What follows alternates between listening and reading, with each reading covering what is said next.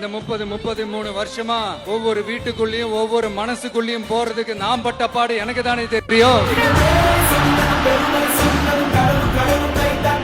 கட்சி ஆரம்பிச்சுட்டு ஒவ்வொரு வீட்டுக்குள்ளேயும் நான் போல, ஒவ்வொரு வீட்டுக்குள்ளேயும் போனதுக்கு அப்புறம் தான் கட்சியாவே ஆரம்பிச்சிருக்கிறேன்.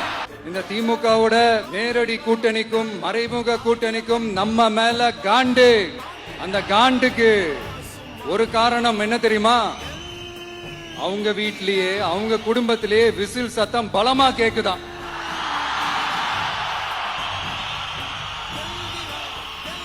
அடுத்த காண்டு அது இந்த